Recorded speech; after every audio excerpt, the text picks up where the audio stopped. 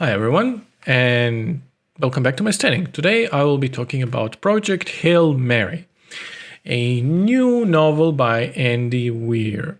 Andy Weir, of course, is planetarily famous for The Martian, and The Martian was this tale of survival of an astronaut that got stranded on Mars and persevering with the strength of his human spirit, with his knowledge, scientific method, and just being resourceful and using his resources to his advantage against the backdrop of an extremely hostile environment, space and Mars, of course.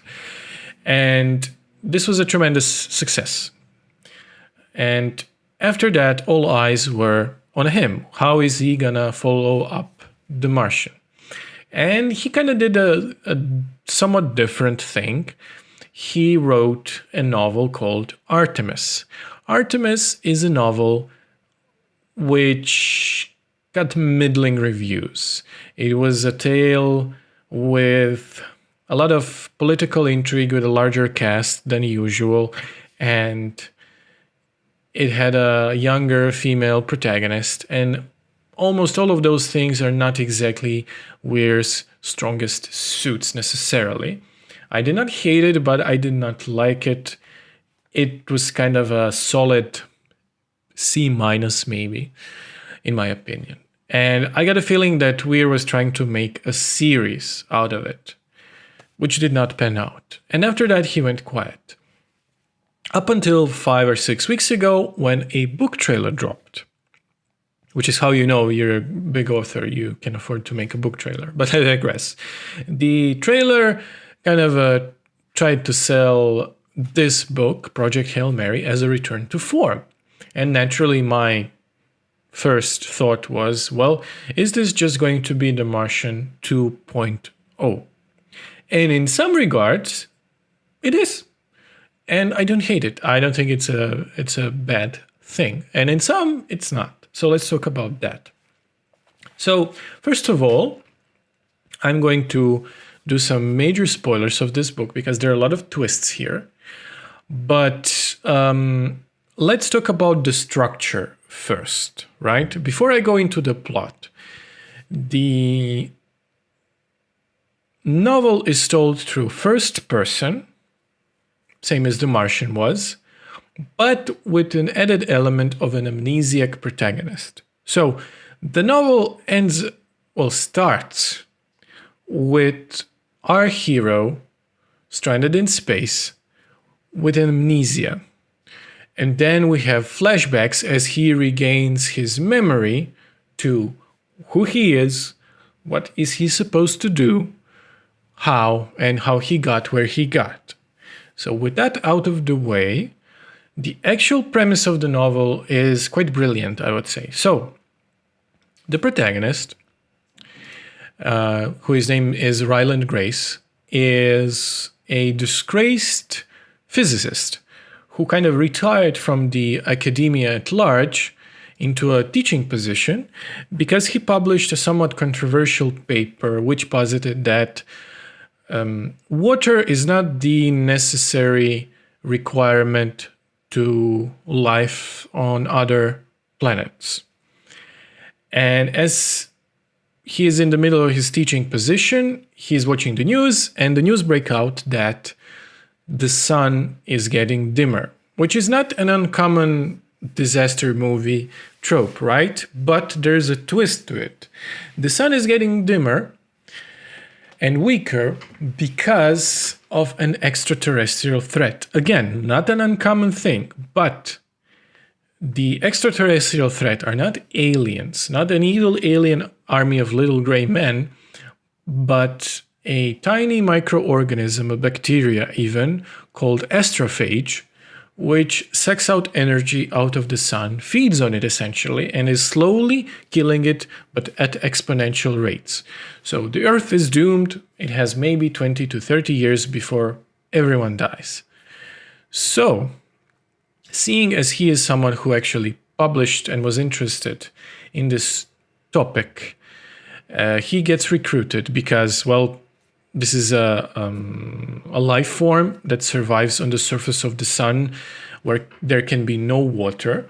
So they kind of rope him into this league that gets formed. And league is kind of Americans, Chinese, and Russians that are trying to find a solution to this imminent threat. And again, a brilliant thing, in my opinion, is that sort of Earth's biggest enemy is also kind of a key to their salvation, because this bacteria that eats the sun stores the energy that it eats, and as long as it's living. So it can be used as fuel, and a very, very effective fuel, the most effective fuel that humanity ever had. So they make a spaceship.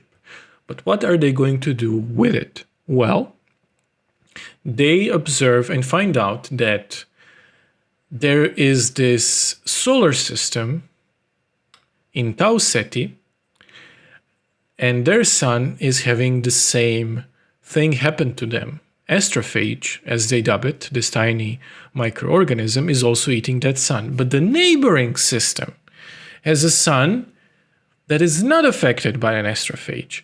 So their mission is to go there, find a sample of it, decode what's happening there, and send the results back to Earth, because it's a suicide mission. So there is going to be a manned crew of 3 people to that solar system, an unmanned, automated, tiny little, almost drone thing powered by an astrophage, which is going to return the data to Earth and to save the sun and everyone. And that's the premise at large. But in an Inception sort of way, there is a premise within the premise in this novel, which gets us to the secondary plot, which is first contact. Please be aware, this is a very spoiler-heavy review. So, as I mentioned at the beginning of the novel, our hero is amnesiac. He wakes up as an only survivor, drifting in space. He does not remember who he is. 2 of his companions, of his colleagues, astronauts, are dead. He is not. And he slowly regains consciousness. And as he's slowly regaining consciousness and his memory, he gets into a contact with another being, another life form, with an actual alien, an intelligent life form from Tau Ceti. Because turns out, as I mentioned, Tau Ceti is having the same problem, and they did the same thing. They also sent a mission to that other solar system, which is unaffected by astrophage, to try and find a solution. And also, that alien is the only survivor, because of reasons which I'm not going to spoil. And they formed this honest-to-God body relationship. A wonderful friendship between their species. And they communicate in music, which kind of sounds out there, but it makes sense in context. And together, they try to save both of their home worlds. And I'm not going to reveal how they did it, but the core of this novel is actually the relationship between our human and our alien, and it's adorable. And honestly, as much as I think that there are problems with this book, with pacing somewhere in the middle, the actual emotional core, I think, is much stronger than in The Martian, even, which I think is a better book. But the emotional core here is the bond between the alien and the human, and their banter, and just the whole premise is wonderful. And the ending is great. And I think, minus some editing choices which could have been done, and maybe the flashbacks on the back of amnesia, I would have made a different choice. I don't think I would have gone with amnesia, but that's just me. are not such great blemishes on an otherwise really enjoyable book. I highly recommend an audio of this book because I think, honestly, most of the books told in first person really benefit from a narrator. So that's that. This is kind of a 3 books into one. A Save the Earth Doomsday book, a buddy comedy, even a buddy drama, comedy, dramedy, and an amnesia tale. Also a tale of redemption, because unlike Mark Watney, who is the hero of The Martian, protagonist here is not exactly the most courageous, selfless person. He becomes one through this journey, and he has real flaws, I think. And which is realistic, because, mild spoiler, he was not actually intended to be an astronaut. With Mark Watney, there is a kind of I think a pre-requirement of being an astronaut is to have a very stable mental state of being. And our protagonist here is actually just a scientist. Well, not just a scientist, but not this fearless machine of lucidity. So yeah, that's that. I think I am very pleased with this book. I recommend the heck out of it because it's also very PG. So if you're concerned with swearing, because I mean, The Martian quite literally has a very iconic opening line full of swearing, and the protagonist here is very kind of maybe in Midwestern, like he uses words like heck a lot, which I'm not sure if this is meant to kind of broaden the audience a bit, which are repulsed by swearing, or he is just this mild-mannered person.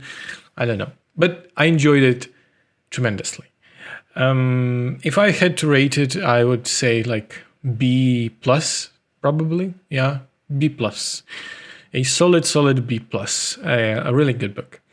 And that's as far as my review goes. I'm going to be moving soon, actually. I'll reveal details later, maybe a little vlog once I move in, because it's going to be a house and it's going to be great. But until now, I'm not sure how much time I will have for another videos and things of that nature. So thank you everyone for watching. Thank you my patrons, as always, Ethan and Katie, for supporting me. And do give me your opinion in the comments below if you liked it or what you disliked about this book. And see you next time. Bye-bye.